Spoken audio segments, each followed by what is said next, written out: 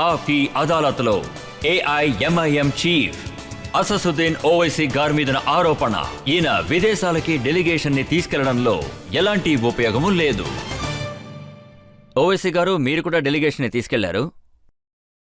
ఇండియాలో చూసారంటే ఇంకా 7 పార్టీస్ డెలిగేషన్ తీసుకెళ్లారు.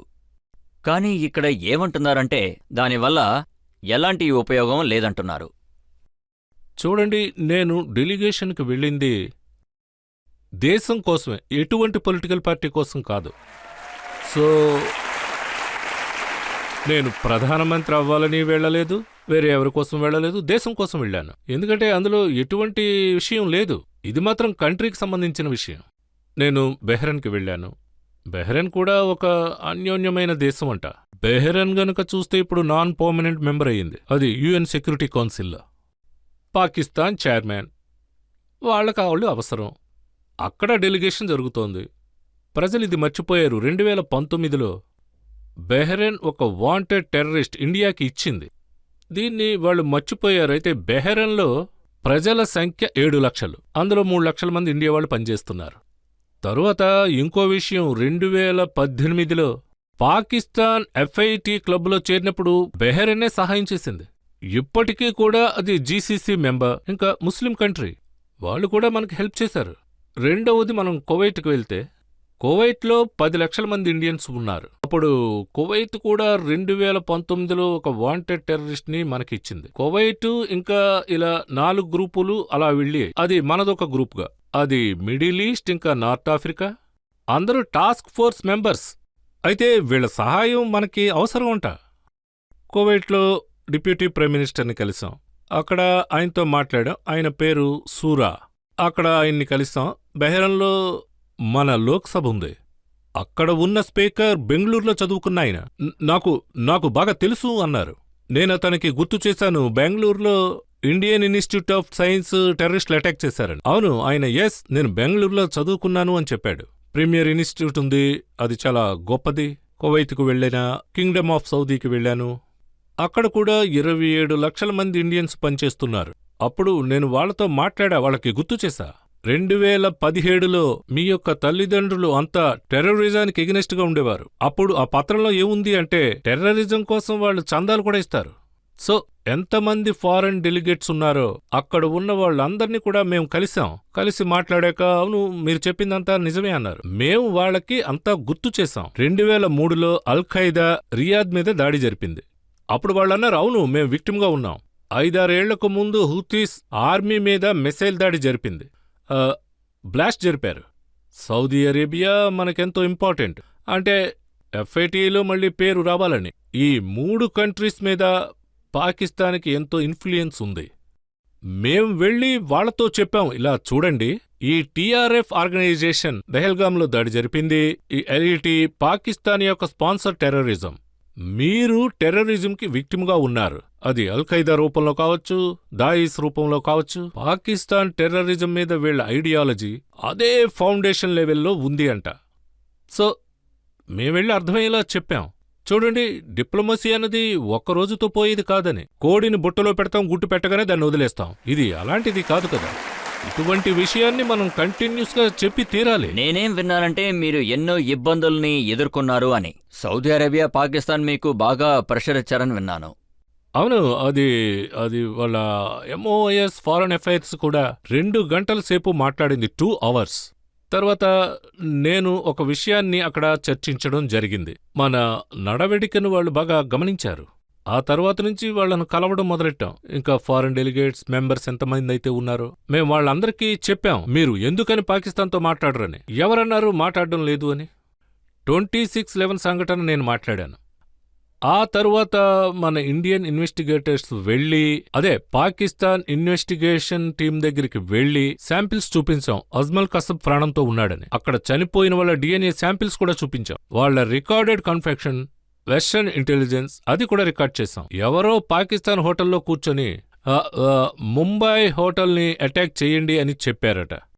దానికి సంబంధించిన ప్రూఫ్లిచ్చాం, కానీ ట్రయలే జరగలేదే. అప్పుడు మేము వాళ్లతో చెప్పాం, జహూర్ రెహమాన్ని పాకిస్తాన్లో అరెస్ట్ చెయ్యండి అని. జైల్లో బిడ్డను కూడా పుట్టించాం. లేదు, ఇది నవ్వాల్సిన విషయం కాదు, సీరియస్గా తీసుకోవాలి. టెర్రరిజం అనేది ఎంత ప్రమాదకరమైంది. వాళ్ళు జైల్లో కూర్చుంటే ఇప్పుడు మేమేం చేయాలి అన్నాం. నేను ఆ విషయంలో ఎంతో పర్సనల్గా నరేంద్ర మోడీ గారిని కూడా కలిసి మాట్లాడడం జరిగింది. పఠాన్కోట్ సంఘటన తర్వాత పాకిస్తాన్ ఐఏసీని మీరు ఎందుకని పిలిచారని వాళ్ళు వచ్చారు. ఏం జరిగింది? అప్పుడేమీ లేదు, మాట్లాడింది కూడా ఏమీ లేదు. ఆయనకు అన్ని విషయాలు నేను చెప్పాను. మీరు వాళ్ళని పిలిచి అదే FITకి సహాయపడుతున్నారు. నేను మాట్లాడిన విషయం పాకిస్తాన్ వాళ్ళకి మనకి ఎటువంటి సమస్య లేదు. మా గొడవ పాకిస్తాన్ ISAతో మాత్రమే, వాళ్ళ స్పాన్సర్ టెర్రరిస్ట్ గ్రూప్లో. వాళ్ళు దాన్ని ఆపాలి, ఆ విషయం మాకెందుకు? మేమే ముందుగా వెళ్ళి మాట్లాడాం, ప్రతి విషయంలోనూ ముందున్నాం. మిమ్మల్ని అసలు ఇదే అడిగారు. పాకిస్తాన్కి వెళ్ళి మీరు అన్ని చోట్లలో కంప్లైంట్ చేస్తున్నారు. దాడి జరిగింది పెహల్గాంలో, కానీ కేవలం 2 గంటల్లోనే పాకిస్తాన్ ఇండియాని బ్లేమ్ చేసింది. ఇది ఎలా సాధ్యం? ఎందుకు చేయలేదు? చూడండి, మీరు 4 ఈమెయిల్స్ వేశారు అంటే మేం కూడా దాడిని అడ్డుకుంటామనే కదా. 4లో 2 ఈమెయిల్స్ అది మన ఏజెన్సీ ఫైండ్ అవుట్ చేసింది.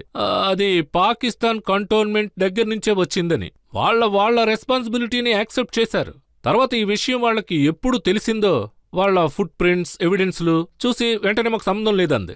ఆ తర్వాత పాకిస్తాన్ ఈ రోజు ఏమంటుందంటే, ఏప్రిల్ 25 యునైటెడ్ నేషన్స్ సెక్యూరిటీ కౌన్సిల్లో TRF పేరు వచ్చింది. సో షబాజ్ షరీఫ్కి అక్కడెవరైనా మావయ్య ఉన్నాడా షబాజ్ షరీఫ్ పేరు రావడానికి? ఒకవేళ TRF కూడా ఎటువంటి సమస్య లేకపోతే అప్పుడు TRFలో పేరు ఇవ్వకూడదుగా. వాళ్ళ విషయం మర్చిపోయారు. ఇది దేశం తెలుసుకోవలసిన విషయం అంట. చెప్పాలంటే ఇండియా గవర్నమెంట్ డిసెంబర్ 23లో యునైటెడ్ నేషన్స్ శాంక్షన్ కమిటీకి TRF ఉందని చెప్పింది. తరువాత 24 మేలో ఏం చెప్పిందంటే TRF ఒక ఆర్గనైజేషన్ అని. మన దురదృష్టం ఏంటంటే మొత్తం సెక్యూరిటీ ల్యాబ్స్ కొలాప్స్ అయ్యాయి. తర్వాత పెహల్గాం సంఘటన జరిగింది. సో ఇది పాకిస్తాన్ దేశంలో, అంటే ఈ 4 దేశాల్లో, అంటే అదే అల్జీరియాలో అది 1995లో, ఇంకా 2006 వరకు 66,000 మంది టెర్రరిస్టులు హతమయ్యారు. 66 మెంబర్స్. వాళ్ళేమన్నారు? దీన్ని మేము ఒప్పుకుంటున్నామన్నారు. ఇప్పుడు అల్జీరియా ఇప్పుడు నాన్ పర్మనెంట్ మెంబర్, వాళ్లతో ఈ విషయం ఎంతో క్లుప్తంగా వివరంగా వివరించాం. వాళ్ళు కూడా టెర్రరిజంకి ఒక విక్టిమ్. ఈ రోజుకి సౌత్ అల్జీరియాలో గాయిష్ గ్రూప్ ఉంది. సో మేం అక్కడికి వెళ్ళి ప్రయత్నించాం కంట్రీ యొక్క వ్యూ పాయింట్ గురించి. ఎందుకంటే ఆల్ పార్టీ ఎంపీస్ ఉన్నారు. అందరం వెళ్ళి దేశం యొక్క యునైటెడ్ వ్యూ పాయింట్ పెట్టడానికి డెఫినెట్గా దానికి ఒక దారి ఉంటుంది. దానివల్ల ఏంటి లాభం చెప్పండి? లాభం అంటే ఇదే, వాళ్ళు పాకిస్తాన్ యునైటెడ్ టెర్రరిజం, పాకిస్తాన్ నుంచి ఈ సంస్థలకి డబ్బు వెళుతోంది. ఇండియాలో ఎంత పెద్ద లాభం అంటే యునైటెడ్కి చెప్పడం జరిగింది, ఇది దేశం యొక్క సమస్య అని. నేనే చెప్పాను, నేనే దేశం గురించి మాట్లాడా. వీళ్ళెవరు ఆ రోజేం మాట్లాడలేదే, బీజేపీ మెంబర్స్ కూడా. అయితే ఇది టెర్రరిజంకి సంబంధించిన విషయం కాబట్టి మన ఇండియన్ సిటిజన్స్ పాకిస్తాన్ టెర్రరిస్టుల్ని హతమార్చారు. మేం వస్తాం, రిక్వెస్ట్ చేసాం, మీరు గుడ్ ఆఫీసర్స్ ని రిక్రూట్ చేయండి, మీరు FITFలో పాకిస్తాన్లో మళ్లీ రప్పించడానికి తోడుగా ఉండండి. ఎందుకంటే టెర్రరిజం ఇండియాకి మాత్రమే కాదు, టెర్రరిజం ఈ ప్రపంచానికే పెద్ద ఛాలెంజ్. సో దీనివల్లే నేను ఈ విషయం గురించి చెప్తున్నా. తర్వాత మేము ఎక్కడికైతే వెళ్ళామో అక్కడ అంతా కూడా వాళ్ళు ఎంతో ప్రశాంతంగా మేం చెప్పిన మాటలన్నీ విన్నారు. మమ్మల్ని ప్రశ్నలు కూడా వేశారు. మేము చెప్పినట్టుగా వాళ్ళు మా మాటలు విని వాళ్ళు మాట్లాడారు మా అందరితోనూ. మేం వాళ్లతో చెప్పిన విషయం ఏంటంటే పాకిస్తాన్ని హైఫనేట్ చేయొద్దు అని. మేము సౌదీ అరేబియాతో కూడా మాట్లాడాం. మీరు వాళ్ళకి $13 బిలియన్ ఇస్తున్నారు, దాన్ని మానిటర్ చేయండి అన్నాం. డబ్బు వెళ్లేదాన్ని మానిటర్ చేయండి అన్నాం. మరి దీన్ని వాళ్ళు ఎలా తీసుకున్నారు? ఒకవేళ అదే డబ్బు పాకిస్తాన్ ఆర్మీకి వెళితే వాళ్ళు ఆ డబ్బుని ఇండియాకి ఎగనెస్ట్గా వాడడం జరుగుతోంది. సో ఆల్ ఇన్ ఆల్ నా విషయానికొస్తే నేనేమంటానంటే మేము కూడా వాళ్ళతో ఎంతో చర్చించాం. కానీ వాళ్ళు మిమ్మల్ని ఇలా అడగలేదా? పాకిస్తాన్ ఇలా అంటుంది, ఇండియాలో ఉన్న ముస్లింల పరిస్థితి చాలా దారుణంగా ఉంది, కానీ పాకిస్తాన్లో చాలా బాగుందని చెప్తున్నారు. చూడండి, లోకం ఎంత చిన్నదంటే ఇండియాలో ఏం జరుగుతోందో అది ప్రపంచం అంతా చూస్తుంది. అది మాబ్ లించింగ్ వీడియో కావచ్చు, ఇంకా అది ఏదైనా పని కావచ్చు. సంఘ్ కుటుంబానికి చెందినవారు, ఈ ప్రపంచానికంతా తెలుసు. అవును, ఇది జరుగుతుందని ప్రపంచానికి మేము చాటి చెప్పాం, అది జరిగింది. మేమది మర్చిపోలా, మీరు కూడా చూస్తూనే ఉన్నారు. కానీ ఈ రోజుకి మన దగ్గర ఏ విధమైన కోర్ట్స్ గాని ఇండిపెండెంట్ గా పనిచేస్తూ నడుచుకుంటున్నాయి. తర్వాత నేను వాళ్లతో చెప్పా ఇది ఈ విధంగా నడుస్తుందని. అయితే మేము మీ దగ్గరకు ఏ విషయం అయితే వస్తున్నామో అది టెర్రరిజం విషయానికే అని, మా దేశం యొక్క వ్యూ పాయింట్ కోసం మేమిదంతా చర్చించాం. మేమందరం కూర్చొని ఇది మాట్లాడుకుంటుంటే అది ఈ స్టాండ్ పాలస్తీనియన్ విషయంలో మార్పులు జరుగుతున్నాయని ఇండియా. అప్పుడు మేము అడగడం జరిగింది పాలస్తీనా విషయంలో ఏం మార్పులున్నాయని. అయితే ఈ రోజుకి మన స్టాండ్ అదే, అది నెహ్రూ, మహాత్మాగాంధీ. ఓకే, బీజేపీ పవర్లో కాస్త సాఫ్ట్. ఇప్పుడు గనక చూస్తే అది ఇస్రాయిల్ విషయం, అదే బుచర్ పార్ట్. మేము వాళ్ళని అడిగాం, ఎంతసేపు మేమిక్కడ ఉన్నాం, మీరు పాలస్తీన్కి ఏం చేశారని అడిగాం. మీరసలు ఏం చేశారు చెప్పండి అని అడిగాం. మేము పాలస్తీనియన్కి ఎప్పుడు తోడుగా ఉంటాం, ఈ రోజుకి ఇప్పుడు కూడా ఉంటాం, ఈ రోజుకి కూడానే ఉన్నాం, మీరు దాని గురించి మాట్లాడండి అన్నాం. అప్పుడు వాళ్ళు ఎంతో సైలెంట్గా ఉన్నారు, ఏం మాట్లాడలేదు. కొంతమంది ఇలా కూడా అంటున్నారు మీకు శత్రుత్వం ఉంది అని. ఎందుకంటే డెలిగేషన్ తిరిగి వచ్చిన తర్వాత మిమ్మల్ని మోడీ గారు పిలిచారు, కానీ మీరు ఆయన్ని కలవలేదు. ఇప్పుడు అర్థం చేసుకోవలసిన విషయం, మీరు నరేంద్ర మోడీని దేశం అనుకుంటే, లేదు దేశంలో మనం కూడా ఒకటే కదా, దేశం అనేది సెపరేట్ కదా. మేము దేశం కోసం వెళ్ళాం, సెపరేట్గా ప్రైమ్ మినిస్టర్ గురించి ఏం కాదు. ఒకవేళ ప్రైమ్ మినిస్టర్ విషయం అయితే మేము అసలు వెళ్లేవాళ్ళం కాదు. దేశానికి సంబంధించిన విషయం కాబట్టి ఖచ్చితంగా వెళ్లే తీరాలి. కంట్రీ కోసం వెళ్ళాం. అది కాకుండా 2012-13లో ఒక ట్రాక్ట్ డిప్లొమసీలో యశ్వంత్ సిన్హా సార్, మణిశంకర్ సార్, మేమందరు ఎంపీల్ని కూడా తీసుకెళ్ళాం, బీజేపీ ఎంపీలు కూడా.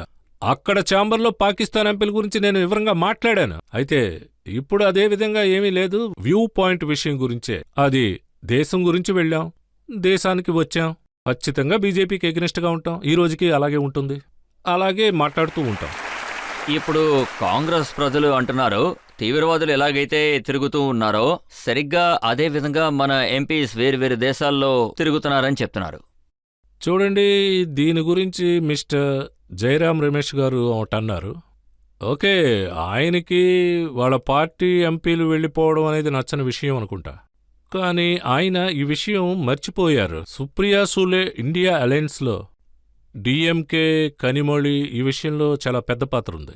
వాళ్ళ యొక్క అలయన్స్ పోయింది, దానికి మనం ఏం చేయగలం? అది భారత్కి బి టీం అని అనుకుంటాం. సో అందులో మనకు ఎటువంటి సమస్య లేదు. కానీ వీళ్ళు అలయన్స్, దాని గురించి ఆలోచించాలి. దీని గురించి చర్చిస్తే అసలు ఎటువంటి లాభం ఉంది? తీవ్రవాదులు పుట్టుకొస్తారని నేను చెప్పాను. ఆపరేషన్ సింధూర్ ఆ భయంకరమైన 4 వ్యక్తుల్ని హతమార్చేంత వరకు ఆగలేదు. కానీ మీ పార్టీ యొక్క ఎంపీస్, మీ ఇండియా అలయన్స్ మెంబర్స్ చైర్మన్ గా అక్కడికి వెళ్లారు. ఆయన ఈ విషయం గురించి చర్చించడం అంత అతిశయోక్తి కాదు. ఒక నాయకుడు ఇలా కూడా అన్నారు, మోడీ గారు ఒక ట్రావెల్ ఏజెన్సీ ఓపెన్ చేశారు, ఊరు తిరగడం కోసం ఈ ఎంపీసీలందరినీ వేరే దేశాలకు పంపిస్తున్నారు అని. నెక్స్ట్ టైం ఎవరైతే అన్నారో వాళ్లే చైర్మన్ దగ్గరికి చెప్పాలి. లేదు వినండి. తర్వాత మన ఫ్లైట్స్ అన్నీ నైట్ టైం. అది మీకు తెలుసు, నైట్ ఫ్లైట్ అంటే పడుకోవడం కుదరదు. తర్వాత మార్నింగ్ మీకు టైం డిఫరెన్స్ ఉంటుంది. అల్జీరియా 4 గంటలకు ముందు. నేను మధ్యాహ్నం వెళ్తే ఫ్రైడే మధ్యాహ్నం 2 గంటలకి వాళ్ళు రండి, మీకు 5 గంటలకి మీటింగ్ ఉంది అంటారు ఎంబసీలో. సో నేను అసలు ఊరు చూడడం కుదరదు. చూడడం ఎలా కుదురుతుంది? ఒకవేళ ఊరే చూడాలనుకుంటే అది తప్పనే అంటాను. మనం మాట్లాడడానికి వచ్చాం, ఆ పని మీద వాళ్లతో చర్చలు జరపాలి, అదే చూడాలి. మాట్లాడండి, మీకు డెమోక్రటిక్ రైట్ ఉంది అంట. ఏ గ్రూపు వెళ్ళినా నేను ఒకటే చెప్తాను, మేము అక్కడ ఊరు చూడ్డానికి వెళ్ళలేదు. తర్వాత ఒక వీడియో చూపించారు, అందులో ఒక మెంబర్ పాట పాడుతున్నారు. చూడండి, నేను పాట వినలేదు, వినాలనే ఇంట్రెస్ట్ కూడా లేదు. నేను అది సో ఇన్ లైటర్ వే నేను చెప్పేది కాస్త వినండి.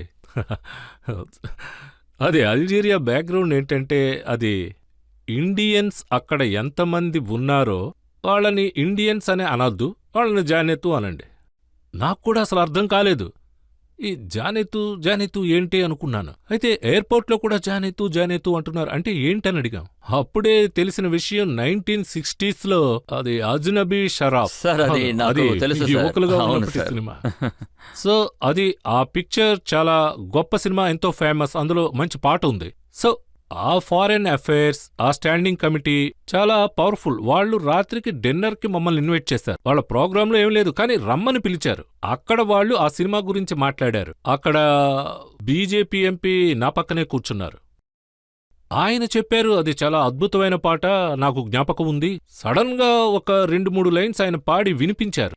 సో ఆ విషయమే అక్కడ జరిగింది. అందులో ఎటువంటి ప్లాన్ అనేది లేదు. అదేం కావాలని జరిగింది కాదు, ఏదో అలా ఆ విధంగా జరిగిపోయింది. మేము వీడియోలు అవి తీయొద్దు అని చెప్పాం, చాలా చెప్పాం, ఎవరు వీడియో తీయొద్దు అని. సో అక్కడ జరిగిన కథ ఇది. తర్వాత అప్పుడు మీటింగ్ ఎప్పుడైందో తెలుసా? అది డిన్నర్ మీటింగ్ అది జరిగి 11:45 దగ్గర అయ్యింది. తర్వాత రోజు లేచి మేం పరుగులు పెట్టాం. ఇటువంటి వదంతులనేవి చాలా వస్తాయి, వాటిని నమ్మకూడదు. ఏదున్నా సరే ఎంతో తెలివిగా వ్యవహరించాలి. ఇప్పుడు పబ్లిక్ నుంచి ఎవరైనా అడగచ్చు. మన మోడీ గారి విదేశాల ప్రయాణం 200 నుండి 300 కాబోతుంది. ఆ యాత్ర అనేది మన నేషనల్ క్రష్ని బట్టి ఉంటుంది. ప్రయారిటీ కూడా అదే. ఎక్కడికి వెళ్ళినా ప్రయారిటీ ఒకరిని కలపట్లేదు. నేషనల్ ఇంట్రెస్ట్గా ఉంటుంది సార్. కానీ ఆ తర్వాత కూడా పెహల్గామ్ అటాక్ జరిగిన తర్వాత మళ్ళీ ఏం జరిగిందంటే మొదటి నుండే అన్ని విషయాల్ని చెప్పాల్సిగా ఉంది. ప్రయాణం వల్ల ఎటువంటి లాభం లేదా సార్? అదే నేను అడగాల్సింది. ఇక్కడ ఫారెన్ అఫైర్స్ ఆఫీసర్స్ చాలా నైపుణ్యం ఉన్నవాళ్ళు. సో నేను జనరలైజ్ చేసి ఎటువంటి స్టేట్మెంట్ ఇవ్వడం కుదరదు. వాళ్ళు చాలా అద్భుతమైన పని చేశారు. మీరు ఒక విషయం గుర్తుపెట్టుకోండి, మన దేశంలో ప్రజలు స్ట్రాంగ్గా ఉంటే న్యాయం జరుగుద్ది. తరువాత ఎంత ప్రమాదం మన ముందుకొచ్చినా అది చైనా వల్లే. అప్పుడు మన ఎకానమీలో 10% పైనే మనం గ్రోత్ చేస్తాం. సో ఇదే అతిపెద్ద సవాలు. అది మీకైనా మాకైనా ఎవరికైనా. మేము దాని పనిలోనే ఉన్నాం. సార్ ఇప్పుడు ఇక్కడ విషయం ఏంటంటే మీరు బయటికి వెళ్ళినప్పుడు అదే బీజేపీ పొలిటికల్ వాళ్ళతో ఆ ఆలోచన అలానే ఉంటుందా లేదా మారిపోతుందా సార్? చెప్పండి సార్. మేము బీజేపీని రిప్రజెంట్ చేయడానికి వెళ్ళాలా? దీన్ని మీ మనసులోంచి తీసేయండి. మేము దేశాన్ని రిప్రజెంట్ చేయడానికి వెళ్ళాం. ఇప్పుడు విషయం బీజేపీకి సంబంధించిందా అనేది ఎలా చెప్పాలంటే, సముద్రంలో 2 కెరటాలొస్తే అది ఒకటిగా అవ్వదు. అది ఎప్పటికీ ఒకటిగా కలవు.